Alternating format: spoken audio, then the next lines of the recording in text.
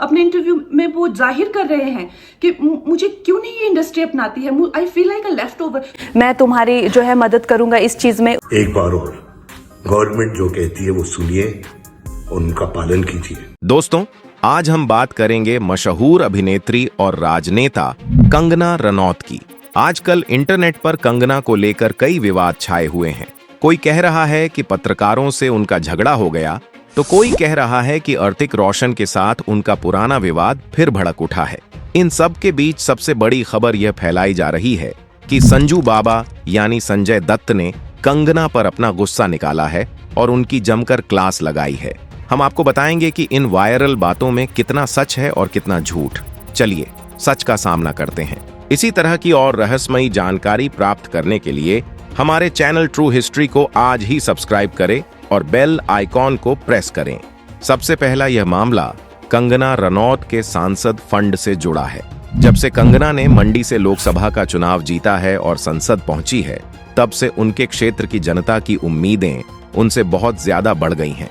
लोग चाहते हैं कि जमीनी स्तर पर तेजी से काम हो। इसी बीच जब कुछ पत्रकारों ने उनके सांसद फंड के खर्च पर सवाल उठाए और एक खोजी रिपोर्ट दिखाई कि उनके इलाके में विकास के काम बहुत धीमी गति से हो रहे हैं, तो कंगना को यह बात बिल्कुल रास नहीं आई। उन्होंने पत्रकारों को बहुत ही तीखे और आक्रामक अंदाज में जवाब दिया। कंगना ने कहा कि पत्रकारों को शायद यह पता ही नहीं है कि एक सांसद का असली काम क्या होता है। उन्होंने साफ कहा कि सांसद का काम सिर्फ काम की सिफारिश करना होता है। किसी भी काम के लिए फंड पास करना या पैसा सैंक्शन करना अधिकारियों और पंचायत का काम होता है। यह घटना पूरी तरह सच है। कंगना ने पत्रकारों को नासमझ बताते हुए यह बयान दिया था, लेकिन आम जनता और राजनीतिक जानकारों का यह मानना है कि एक सांसद की जिम्मेदारी सिर्फ कागज पर दस्तखत करके फाइल आगे बढ़ाने तक सीमित नहीं होती। जनता उन्हें इसलिए चुनती है ताकि वे अधिकारियों के पीछे पड़कर और उन पर दबाव बनाकर विकास करवा सकें।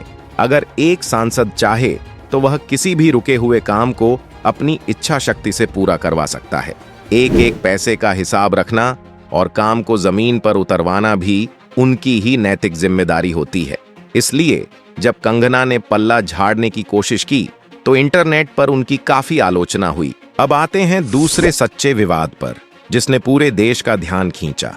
यह मामला एक 15 साल की नाबालिग छात्रा के वीडियो का है। हाल ही में देश में छात्र आंदोलनों को लेकर राजनीतिक माहौल काफी गरमाया हुआ था। इसी बीच एक छोटी बच्ची का वीडियो सामने आया, जिसमें उसने गुस्से में आकर देश के प्रधानमंत्री के खिलाफ कुछ आपत्तिजनक शब्दों का इस्तेमाल किया था। बवाल बढ़ने पर उस बच्ची ने रोते हुए पूरे देश से माफी मांगी।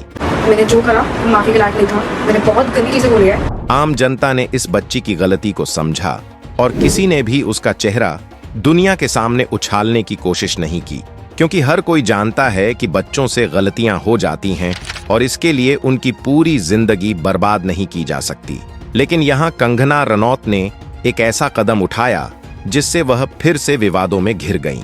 कंगना ने उस बच्ची का रोते हुए माफी मांगने वाला वीडियो सार्वजनिक तौर पर साझा कर दिया।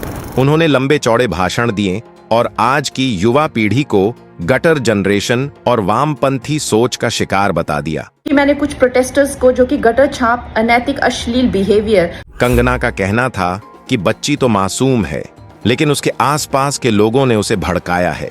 उन्होंने इसे एक बहुत बड़ी अंतर्राष्ट्रीय साजिश का नाम दे दिया। यह घटना 100% सच है, लेकिन एक जिम्मेदार सांसद होने के नाते कंगना को एक नाबालिग बच्ची को इंटरनेट की दुनिया में इस तरह जलील नहीं करना चाहिए था।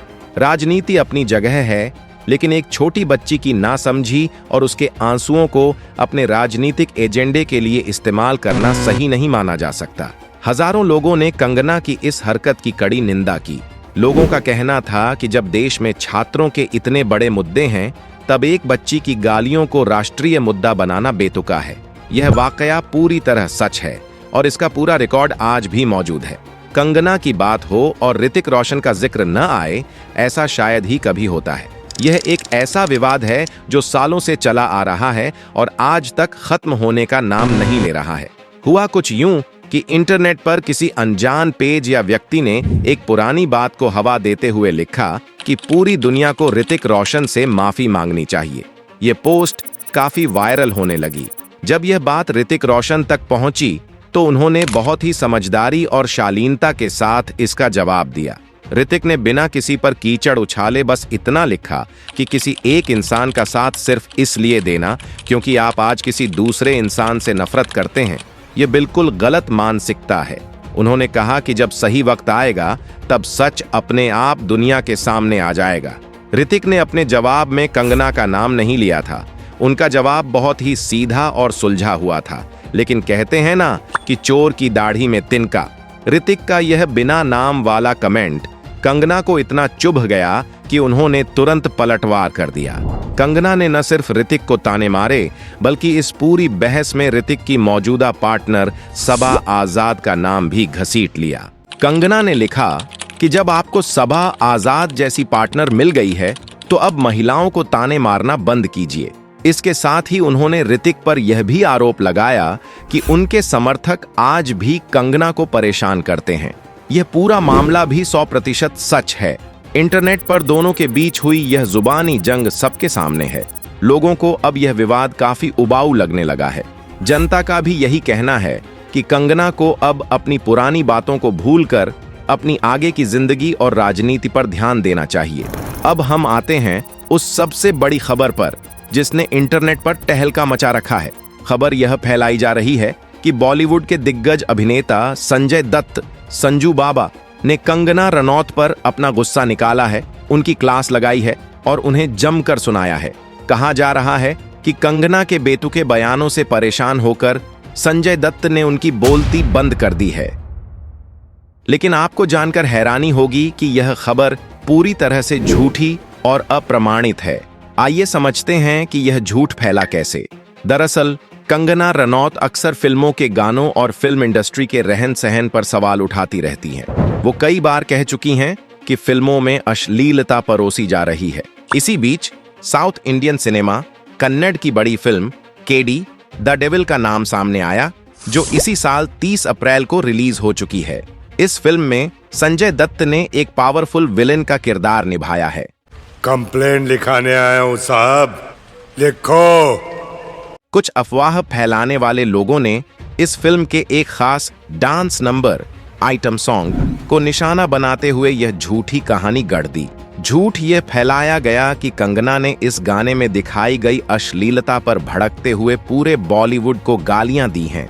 इसके बाद कहानी में यह तड़का लगाया गया कि कंगना की इस बात से संजय दत्त इतने ज्यादा नाराज हो गए कि उन्होंने कंगना को आईना दिखा दिया। झूठ यह फैलाया गया कि संजय दत्त ने कंगना से कहा है कि वो बिना रिसर्च किए बातें करती हैं। उन्हें यह भी नहीं पता कि यह गाना बॉलीवुड का नहीं बल्कि साउथ की फिल्म का है। अफवाहों में यह भी कहा गया कि संजय दत्त ने कंगना को अपनी राजनीतिक रोटियां सेकने के लिए बॉलीवुड का नाम इस्तेमाल न करने की चेतावनी दी है। यह भी झूठ फैलाया गया कि संजय दत्त के इस करारे जवाब के बाद कंगना की बोलती बिल्कुल बंद हो गई है। लोगों ने बिना सच्चाई जाने इन अफवाहों पर विश्वास कर लिया और कंगना का मजाक उड़ाना शुरू कर दिया। हम आपको पूरी जिम्मेदारी के साथ यह बताना चाहते हैं कि असली जिंदगी में ऐसा कुछ भी नहीं हुआ है। संजय दत्त या उनकी पीआर टीम ने कंगना रनौत को लेकर हाल फिलहाल में कोई भी बयान जारी नहीं किया है। न तो संजू बाबा ने कंगना की कोई क्लास लगाई है, न ही उन्होंने कंगना के किसी बयान पर कोई पलटवार किया है। संजय दत्त अपने काम में व्यस्त हैं और कंगना अपनी राजनीति में। संजय दत्त और कंगना रनौत के बीच लड़ाई, बहस या क्लास लगाने वाली बात 100% झूठी और कोरी अफवाह है।